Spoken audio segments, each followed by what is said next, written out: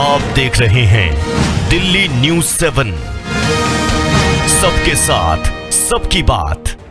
UP की राजनीति में पोस्टर वॉर अब नए स्तर पर पहुंच गई है। चुनाव भले ही अगले साल हैं, लेकिन सियासी संदेशों की जंग अभी से तेज हो चुकी है। समाजवादी पार्टी के राष्ट्रीय अध्यक्ष अखिलेश यादव आज अपना 53वां जन्मदिन मना रहे हैं। इस मौके पर सपा कार्यकर्ताओं ने वाराणसी में उनका एक और पोस्टर लगाया है, जिसमें उन्हें भगवान राम के स्वरूप में दिखाया गया है। हाथ में धनुष है और पोस्टर पर लिखा है, राम मंदिर में जो चोरी करेगा अखिलेश का धनुष उसे धराशायी करेगा। पीडीए के महानायक। ये पोस्टर लहुरा बीर से कचहरी मार्ग तक कई जगह लगाए गए हैं। इस बैनर के माध्यम से यह संदेश देना है कि माननीय अखिलेश यादव जी ने यह तीर धनुष उठाया है। जिस तरीके से तुम्हारे चोरी को उजागर किया है, उस तरीके से तुम जिसको बचाने का काम कर रहे हो, उसे भी अपने धनुष और बाण से धराशायी करने का काम करेंगे। क्योंकि कि भगवान राम ने अपने मंदिर, अपने घर की लूट के लिए अगर किसी को चुना, उसको उजागर करने के लिए किसी को चुना, तो वो माननीय अखिलेश यादव जी को। चोरी में भी भगवान ने हमारे नायक, हमारे नेता आदरणीय अखिलेश यादव जी से इसका पर्दाफाश कराया इस चोरी का, और कोई भी बच नहीं पाएगा। पूरा पीडीए समाज इस घटना से मर्माहत है।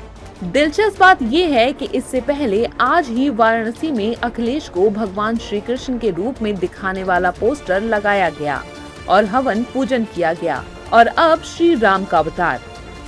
लेकिन इन पोस्टरों ने सियासी तूफान भी खड़ा कर दिया है। एक तरफ जहां बीजेपी ने सपा पर निशाना साधा, वहीं संत समाज भी अखिलेश से नाराज दिखा।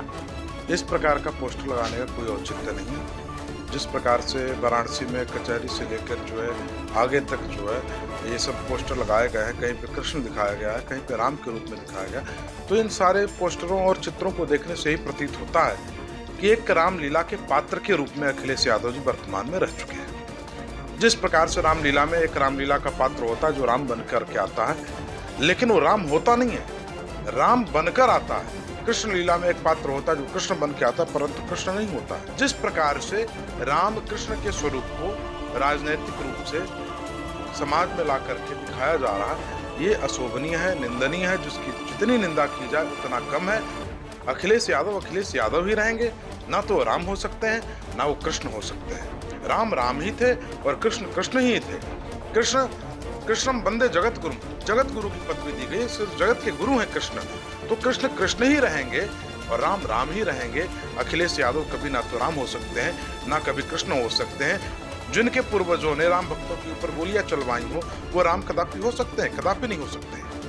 उधर सपा नेताओं का बचाव भी सामने आया। एसटी हसन ने कहा कि अखिलेश यादव भगवान राम और श्री कृष्ण दोनों के भक्त हैं।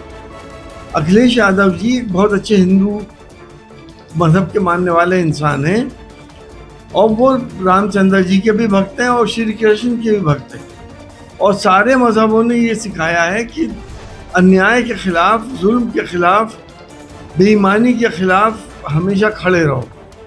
अखिलेश यादव जी सिर्फ वाहिद नेता हिंदुस्तान के ऐसे हैं जो जुल्म के खिलाफ और अन्याय के खिलाफ, और जो लोग धोखे कर रहे हैं उनके खिलाफ खड़े हैं। साफ है कि समाजवादी पार्टी राम मंदिर, पीडीए और धार्मिक प्रतीकों के जरिए 27 से पहले अपना राजनीतिक नैरेटिव गढ़ने की कोशिश कर रही है। अब बड़ा सवाल यही है कि क्या भगवान राम और श्री कृष्ण की प्रतीकात्मक छवि अखिलेश को राजनीतिक बढ़त दिलाएगी?